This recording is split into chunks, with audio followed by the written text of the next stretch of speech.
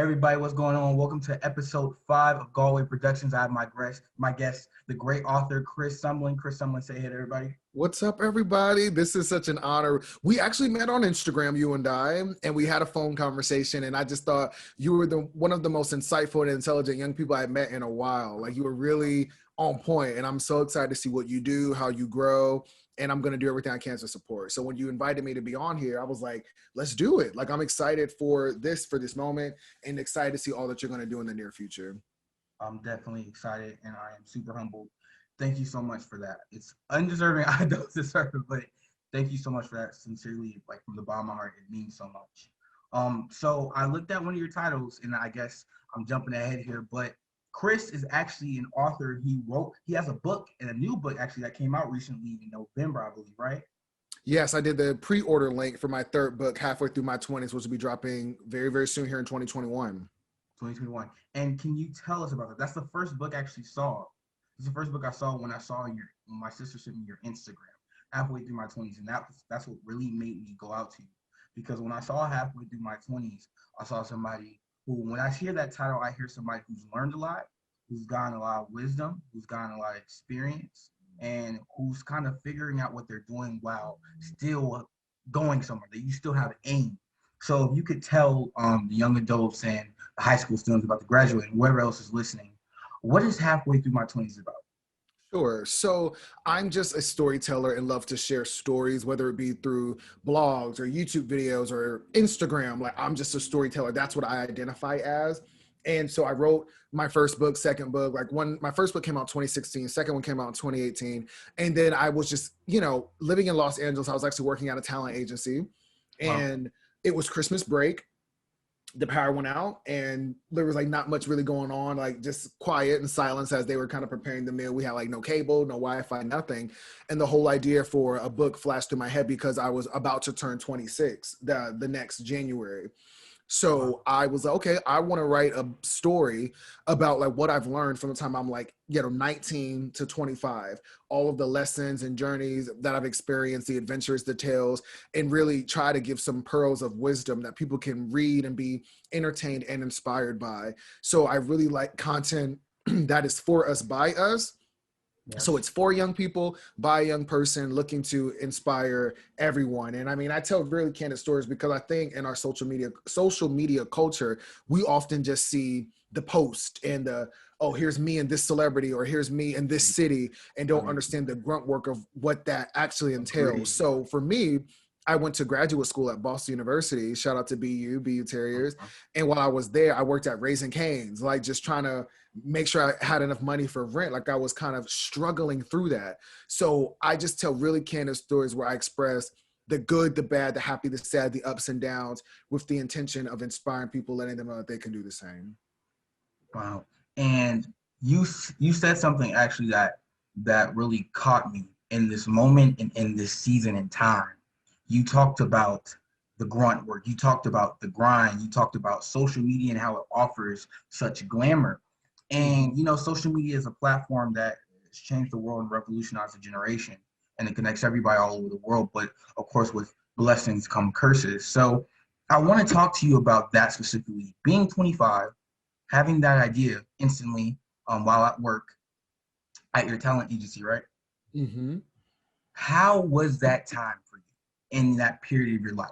Were you in the time where you're like, oh my God, everything's looking up for me. I have my career ahead. I can't wait to tell these amazing stories. Or was it a very dark time for you in particular? Could you talk about the behind the scenes for your time? Yeah, I think at that time, I'm a very present person. So while some people are very future oriented and very long term thinking, I really try to focus on like the day. You know what I mean? Like making sure I have things in order that day where I was. And so at the time, being 25, working my first job, because I went from undergrad right into graduate school. So right into that, I never had a real full-time job before. So I was adjusting to that, and I was adjusting to what it was like being in a corporate space and corporate culture. And I wasn't feeling fulfilled in a way that I thought was appropriate.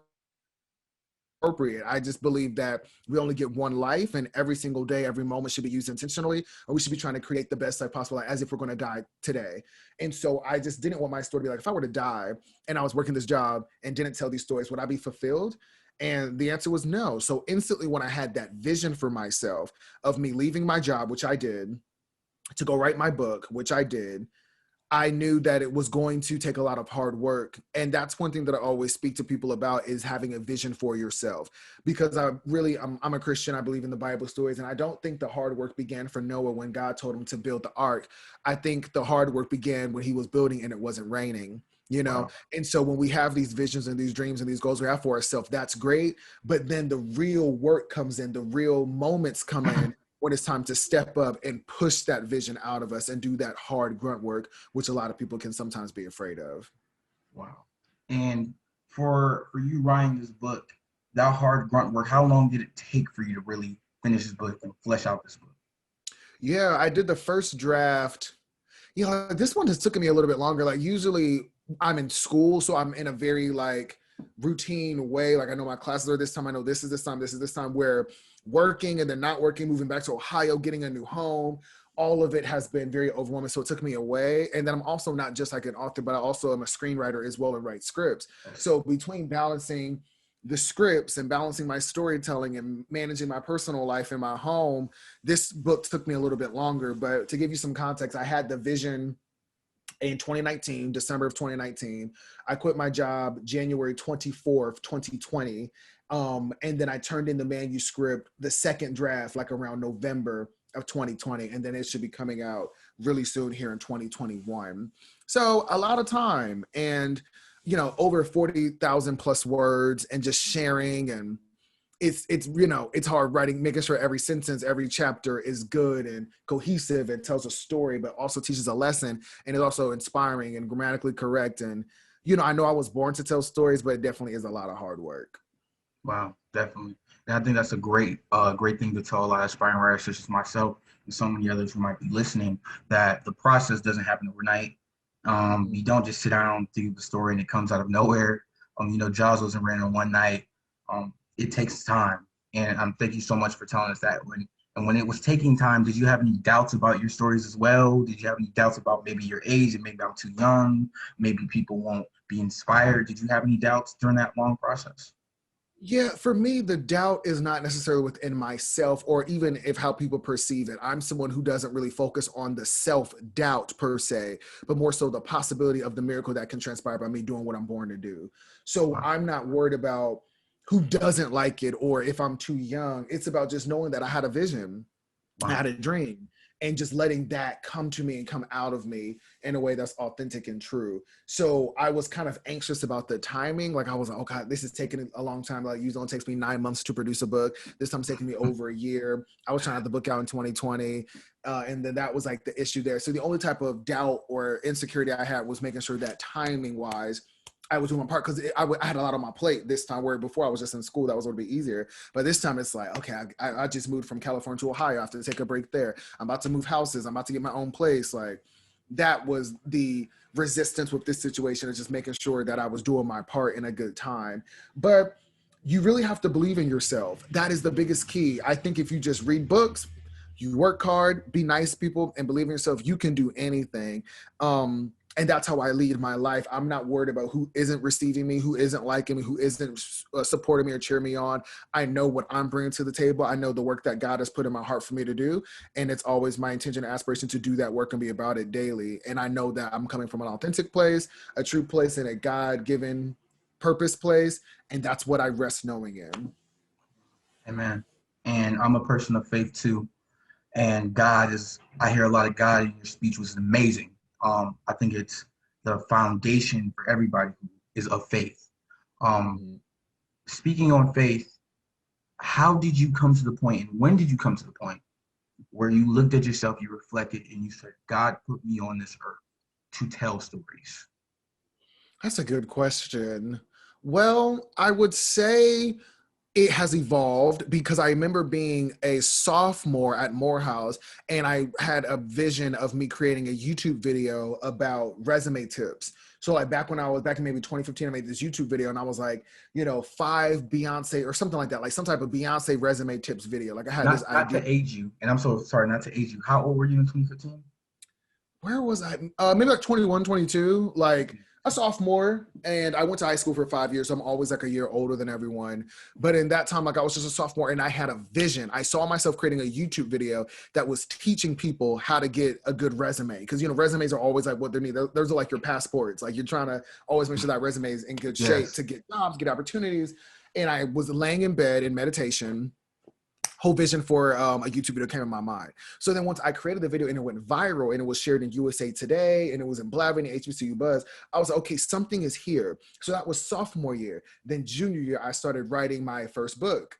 And then that came out in 2016. And then that's when I was like, okay, there is something that I innately enjoy about storytelling and sharing with the intention of inspiring other people. Like it's one thing to be comedic or just entertaining, but I want to always make people feel better and think higher after they've read my content. So if you read a story of mine or you watch a YouTube video, I want you to come away from that feeling more evolved or more intelligent or better or more informed about a situation.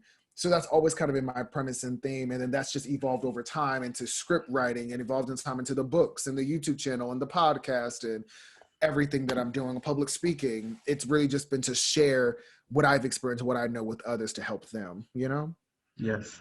So behind that, behind your vision that you had when you were 21, 22, Mm-hmm.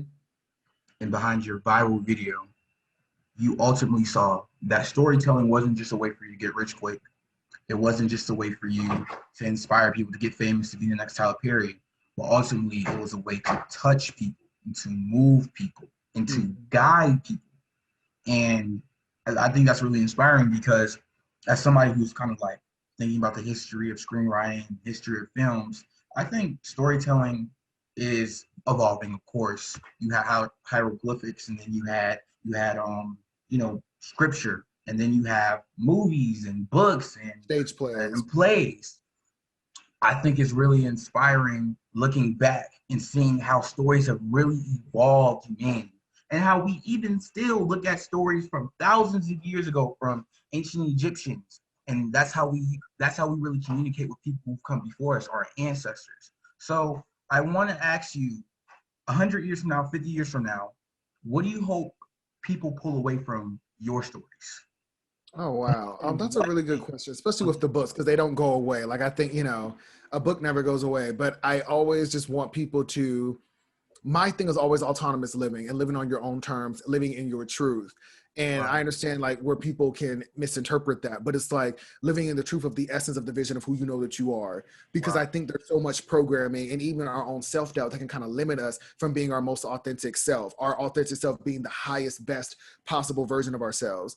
And I always want to dismantle that and deconstruct that, because I need to be a person that says, okay, you want to dream and be an architect, you can do it. You want to write a book, you want to write a screenplay, you can do it. You want to live in Los Angeles, you want to go to college, you can do it. And I'm not just saying that because of something I've read or some type of woo magic. It's because I've done those things. Yeah. And that's Yeah. where I always want to come from, is just from an experiential place and an inspiring place. And that's what I hope people take away from my journey. That even if they may not like me or I may not be their type, I want them to be like, you know what, I heard that story. And you know what I mean? Whether I like him or know him or not, I can't do anything but respect that and be inspired by that. And that's what I'm hoping with my work that happens. All right, babe. I'm gonna go to treats for me and get some treats. You want anything? No, I'm good. Are you sure? Yeah. Okay.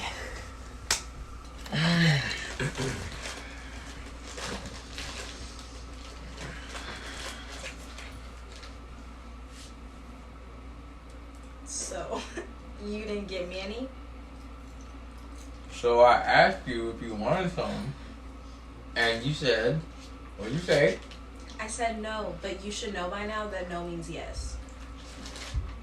What? When I'm in the mood for a treat, I don't just want any treat. I may want some gourmet popcorn, some chocolate-covered strawberries, or even a caramel-dipped apple. All I know is the treats for me.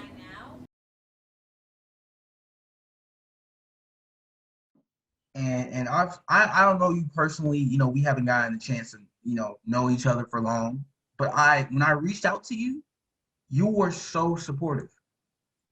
Just to let the audience know, it was to make a big decision about my career and about college and my dreams and goals. And you just laid it out for me. and you just directed me, and you were open to talking to me from the start, from the jump, whenever you were available. So it's like, just knowing you, I'm hoping nothing for the best. And I mean that sincerely from the bottom of my heart, because I feel like in any industries, in a lot of industries, it's a dog eat dog world. And Yeah. there are not many people. Would you say there are many people in the film industry who look like us even right now?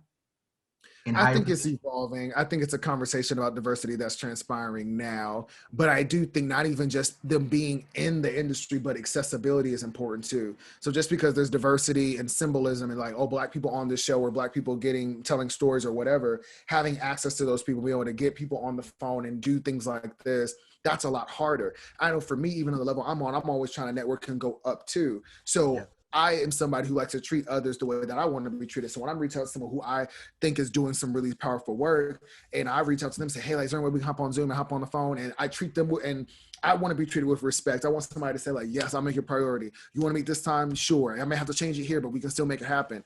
So I try to sow that so then I can reap that. Because also one of my favorite scriptures, Galatians 6:7, whatsoever man soweth, that shall he reap. So when I'm sowing my time and my energy, my effort into the next person coming up, I know that somewhere in the universe, God will give that back to me in return. So, I mean, people hit me up all the time, always asking for like advice and my consultation and getting some ideas on this. Like, it definitely is sometimes overwhelming, but I know that that's what I'm born to do and to share. And it's important that when you have access to information, you have experiences, you have successes, that you don't hold it in, but that you open your hand and share it with others. And that's something that I really pride myself on doing every day. I'm so grateful. I am so grateful for that. A man like you is reaching out to people, a young Black man that younger guys like me can look up to, and hopefully one day you can be a great gatekeeper to let more people in, to just to keep reaping what you're sowing. You're doing great things, amazing things. Thank you. I did want to ask you about one hot topic. Sure. Last week, today's day of this recording is January 13th. It will be released later, of course, but last week, as of today, there was the Capitol. That's all I have to say. It was a historic event, to say the least. What are your thoughts seeing that as a young Black male in America? What is your thoughts, and how do you feel about what transpired?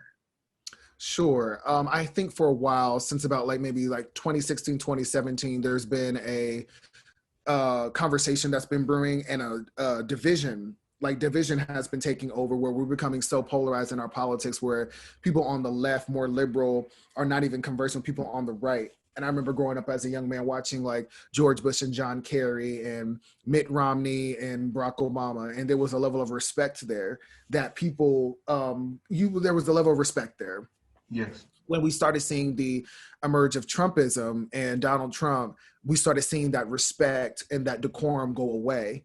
And so with that, we've also created these echo chambers and these bubbles where things have gotten really, really extreme, where somebody will say like super duper far left, like Black Lives Matter, America's systemically racist, destroy the whole country and start over. They have people on the right that are super duper patriots that are just like, you know, Donald Trump supporters, Black people are evil, this country is being taken over by foreigners. And we don't have any type of conversation that's being had. When you have someone like Donald Trump that literally says in a speech, like, go to the Capitol and fight, like he literally encouraged that. And when you have people that are so blindly following someone who are completely lacking their critical thinking abilities, it's no surprise that stuff like that happens, because words matter, language matters, conversations matter. So when you put that energy out into the world and that verbiage, that messaging, to even be very specific and concrete, that messaging that says like, go attack the Capitol, there's people who are going to believe that. There's people that really believe that Democrats got little kids in a pizza shop and they're having and participating in child sex crimes. Like, there, you know, we have to be responsible with every time we get on these microphones, every time we tweet, every time we create things, because people are watching and people are listening. So I see more of this type of extremist behavior taking place, especially as conservatives and people on the right are being silenced, getting kicked off of social media platforms. Like, it's just only going to get worse until we have somebody that can bring everybody together in unity and in love. And I feel like we're, just to be completely honest, I think we're in for a little bit of a darker road. I think more is on its way. And I'm just praying that we can get back together. And part of doing that is being the change, being the loving person as an individual, because a nation is just a collective of individuals. So we as human beings on our individual neighborhoods and in our experiences, we have to exhibit love and compassion and empathy towards others. And once we all do that on a collective major scale, that's when I'll see real change happening in regards to our politics.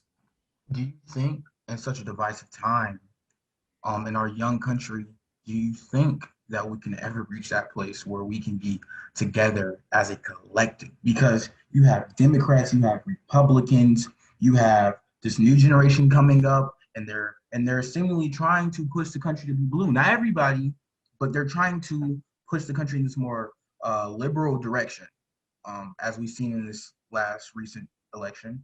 But at the same time, you still have a group of people who are on the other side, who are very conservative. And I'm not saying either side is good or bad, but it seems like right now we're in a shouting match. And right now, the media and social media, every time I hop on social media, every time I turn on the news, I see something about Trump saying something crazy. I see something about corruption. I see something about essentially race wars. They don't say it, but that's what it is. And being out here in everyday life, people seriously think a race war is going to happen.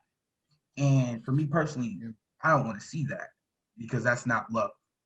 But at the same time, do you seriously think that, and I'm not saying seriously as in I think it's impossible, but I'm saying, do you really think that we can get in that direction of being united as a country? I would say so, because I mean, I think as much as things are getting worse, things are also getting better.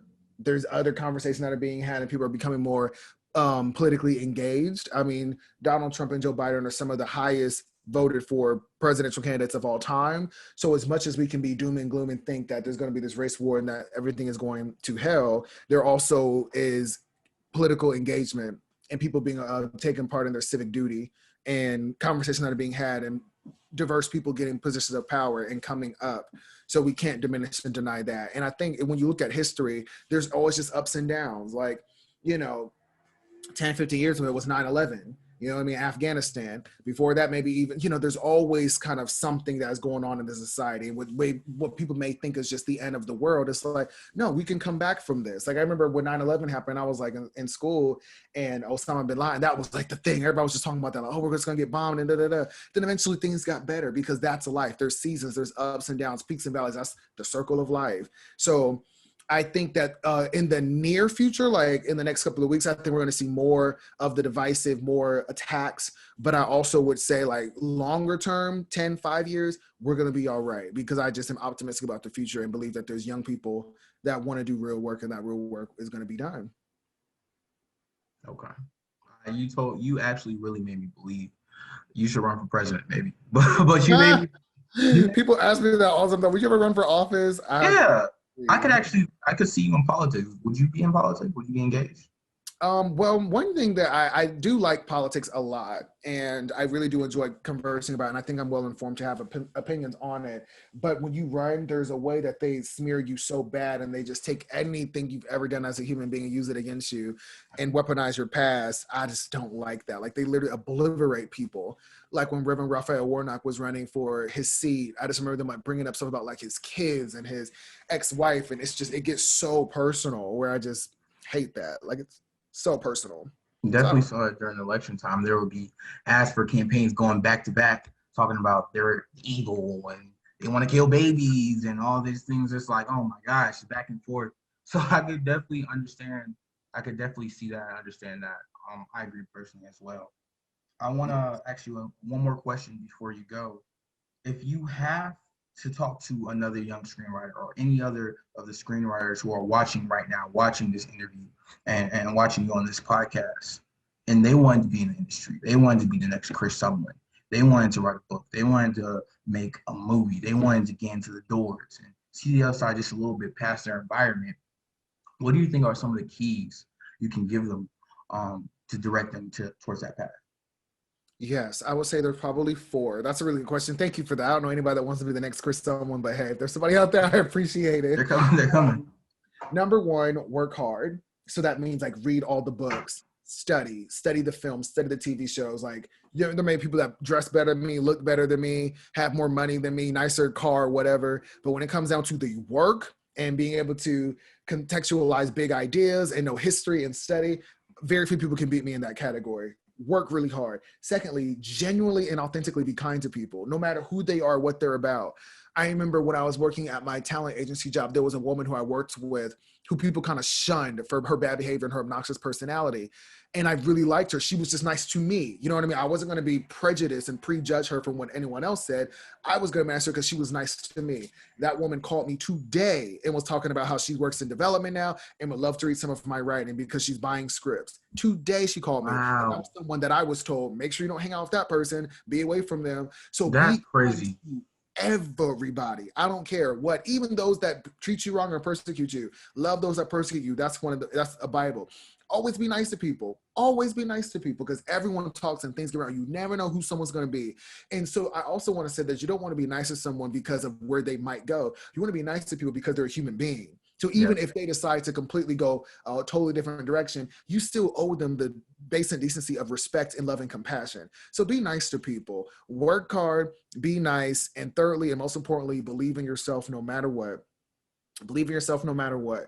Believe in yourself no matter what. No matter what your situation is, how much money you have, how much resource you don't have. If you're trying to create some type of podcast or a show and you may not have like the camera or the mic, keep going anyway. You may not have final draft and be able to write your scripts, but you have Writer Duet or some other type of screenwriting software. Keep doing it no matter what. If you want to go to college and necessarily don't have like the most resources and don't know how you're going to make it, believe in yourself anyway. And then fourth and most importantly, have fun. Like life is so short and people take it so seriously. And it's like, I make it a point every day to laugh, every day just to enjoy myself, to not take life too seriously. I can do all the hyper intellectualism and use these big words and have these grand conversations, but sometimes I just want to catch a good laugh and have a good time. So I think if you really work hard, you know what I mean, be nice to everyone authentically, believe in yourself no matter what, and have a little bit of fun, nothing is impossible. And that's any type of advice that I'll give to any person that's young or anyone anybody. I think that's really good advice that anyone can take away if they're trying to find some type of success for themselves. Well, definitely. Thank you so much. Your words are actually really touching. I needed that advice. This podcast is probably just another way for me to get another conversation with you, just to get some gems. I appreciate that. Again, guys, Chris Sumlin, can you tell them when your book is going to be released one more time, please? It will be early 2021. You can visit my website at www.thechrisumlin.com and get your pre-order in. Follow me on Instagram at thechrisumlin. I'm on Twitter, Facebook, YouTube, everything. So just find me, reach out to me, and thank you so much for having this conversation with me. I really did enjoy it. No problem at all. Thank you so much. That's it for episode 5, y'all. Everybody have a good day, have a good night, have a good evening, wherever you're watching this, and God bless. Thank you for someone.